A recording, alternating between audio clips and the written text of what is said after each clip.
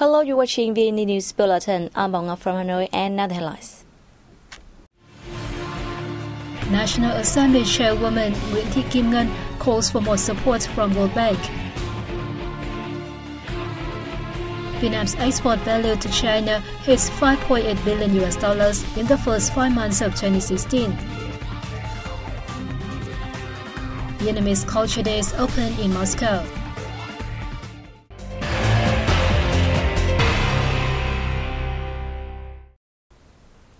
National Assembly Chairwoman Lychee has requested the World Bank to support in policy consultation and provide more funding to have Vietnam stabilize its macroeconomy and address challenges. Nguyen made the call on June 7th while receiving World Bank Vice President for East Asia and the Pacific, Victoria Qua, who previously worked as World Bank Country Director for Vietnam.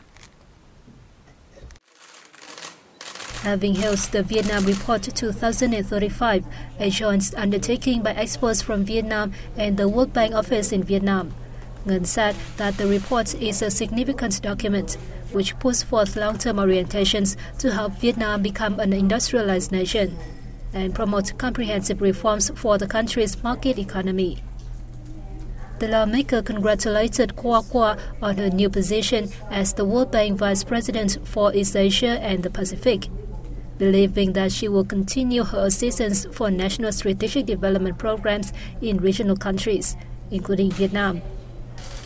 Nguyen also shared with her guests Vietnam's socio-economic development strategy for 2016-2020, highlighting that Vietnam is giving priority to stabilizing the macroeconomy, strengthening the implementation of strategic breakthroughs, and restructuring the economy together with renovating the growth model. Vietnam still faces a host of difficulties during international integration and economic development, especially the critical impacts of climate change and rising sea levels.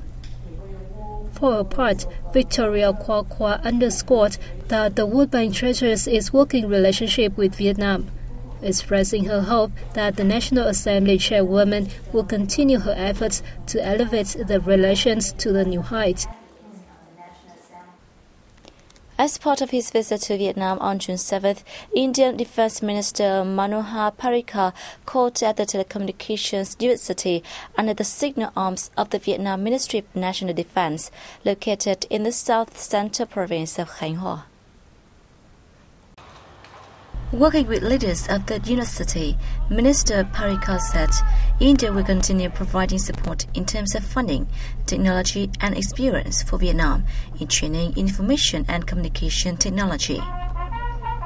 The university put into use the first phase of the project on building a center for information and communication technology and English training in April last year, as part of the contents of a Memorandum of Understanding jointly signed by the governments of Vietnam and India. Rector of the university, Major General Nguyễn Hoàng Tuyên, said the center has contributed to enhancing computer and English skills among the university's students. The second phase of the project will be carried out with consultation services provided by the Indian Tech Mahindra Group. The Indian minister held the achievements of the two countries in general and what the university and its Indian partners have gained in cooperation in national defense in particular, saying that his country will continue its support for Vietnam in implementing the second phase of the project.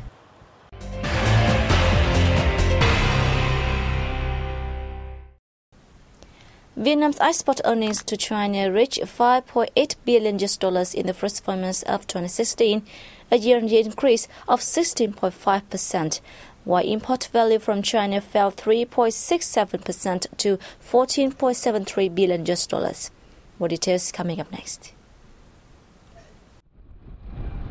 The General Department of Customs reported Vietnam mainly imported machines, equipment, mobile phones, computers, fabrics, iron and steel from China. The country expects to ship about $20 billion worth of commodities to China and spend $48 billion on imports from the partner this year. Its trade deficit with China would total $28 billion, 13.6% lower than last year's $32.4 billion. The contraction could be a good sign for Vietnam, which has long been dependent on exported goods from China. However, the Ministry of Industry and Trade warned that the figures might not reflect the real trade gap between the two nations. It did not take into account cross-border trade, in which China still enjoys a vast surplus. Vietnam reported $134 billion in trade revenue with foreign partners during the period, with export turnover of $67.7 billion, up 6.6% year-on-year, and import value of $66.3 billion, down 0.9%. The United States remained Vietnam's biggest buyer, importing $14.6 billion worth of commodities from Vietnam, up 14.9% compared to the same period last year. It was followed by the European Union with $13.3 billion in imports, up 11%. The index of industrial production in the first 5 months of this year picked up 7.5% from the same period last year. It by alone, the figure increased by 7.8% year-on-year. According to the General Statistics Office, metal production led all sectors with growth of 18.9%, followed by computers, electronic and optical products, furniture and textiles. Several products saw higher growth than the same period last year, including televisions, automobiles and cattle feed, while others edged down such as motorbikes, footwear, sugar and crude oil. Thái Nguyên Province registered the largest expansion of 39.9%. Quảng Nam Province came second, followed by Cần Thơ, Hải Phòng and Bắc Ninh. The two major economic hubs, Hanoi and Ho Chi Minh City, saw increases of 7.4% and 6.4% respectively. As of May 1st, the inventory level of manufacturing and processing industry rose by 8.7% year-on-year, lower than last year's figure of 11.5%. Sharp rises were witnessed in computers, electronic and optical products, vehicles and paper products. The number of workers in industry increased 6.1% year-on-year. Lychee cultivation in Lục Ngạn district in the northern province of Bắc Giang witnessed a sharp decrease of tens of thousands of tons in the 2016 crop. However, it is expected that the lychee price will not be affected in comparison to last year. Came straight at the beginning of the lychee season. Under the baking sun, lines of trucks are waiting for buyers. Lychee growers said they can only make a profit if the fruit is sold at 20,000 dong at $0.9 per kilogram. However, at this moment, some types of lychee are only selling at 67 to 81 cents per kilogram. At the beginning of the crop, lychees were sold at only 18,000 dong per kilogram, but now the price is so low that we can hardly sell our fruit. Due to unfavorable weather conditions, lychee production for the whole Lục Ngạn district reached only 130,000 tons, 60,000 tons lower than last year. However, the local authorities said, despite a low yield, the lychee quality is higher. Thanks to adopting better technologies, we can now plant higher quality lychee, meeting the demand of the domestic market, neighboring markets, as well as those with strict import standards. This year, the locality will focus on promoting the domestic market while maintaining its traditional market, China. Especially the area of high-quality lychees that meet the criteria to be shipped to markets with high standards of the US, Australia and Japan has been expanded to 20 hectares.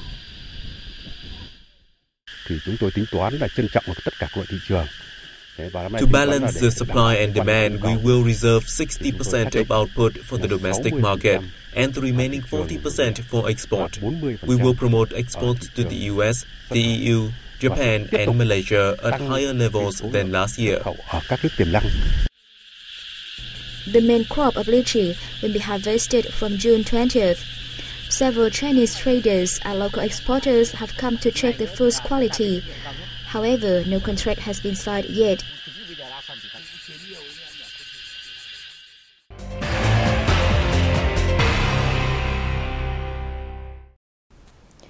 A year-on-year surge of 20.1% was reported in the number of tourists from West European countries visiting Vietnam in the first 5 months of this year, thanks to the 11-month-old visa exemption policy. This is a considerable increase compared to an average growth of 5.35% between 2010 and 2014. The result stems from a visa exemption program launched in July 2015, which granted visa waivers to citizens of the UK, France, Germany, Italy, and Spain. The administration hoped that the visa waiver and tourism stimulus programs would attract 1.1 million arrivals from those markets in the next few years, up 50% from 2015. Vietnam now has visa waivers in place for 22 countries, including 9 member states of the Association of Southeast Asian Group. The country expects to welcome 8.5 million foreign visitors and 60 million domestic travelers by the end of this year, earning a total $16.8 billion in revenue. Maps and documents which are legal and historical evidence proving Hoàng Sa, Paracel, and Trường Sa Spratly archipelagos belong to Vietnam are being exhibited in the southern province of Bình Dương on June 7th. On display are numerous documents and around 100 maps in Chinese, Nom, Old Vietnamese writing using Chinese characters, French and modern Vietnamese, issued from the 17th to the outset of the 20th century by the Vietnamese feudal states and the French government in Indochina on behalf of the then Vietnamese state. Worthy of note is a collection of 4 atlases and 30 maps compiled and published by China through historical periods, which prove China has never managed the islands. The 4 atlases also defined Hainan Island as China's southernmost point. The event helps raise awareness among all Vietnamese people, particularly the younger generation, on patriotism, national unity, and a sense of responsibility. An extravagant art show by Vietnamese performers opened Vietnamese Cultural Days in Moscow on June 6. Now let's take a look. The show comprises performances by the Vietnam National Opera and Ballet and traditional orchestra from the Vietnam National Academy of Music. Vietnamese artists also perform Russian folk songs and dances, showing Vietnamese regard for the Russian people. The event is being held jointly by the Ministry of Culture, Sports and Tourism of Vietnam and the Ministry of Culture of the Russian Federation from June 4th to 12th.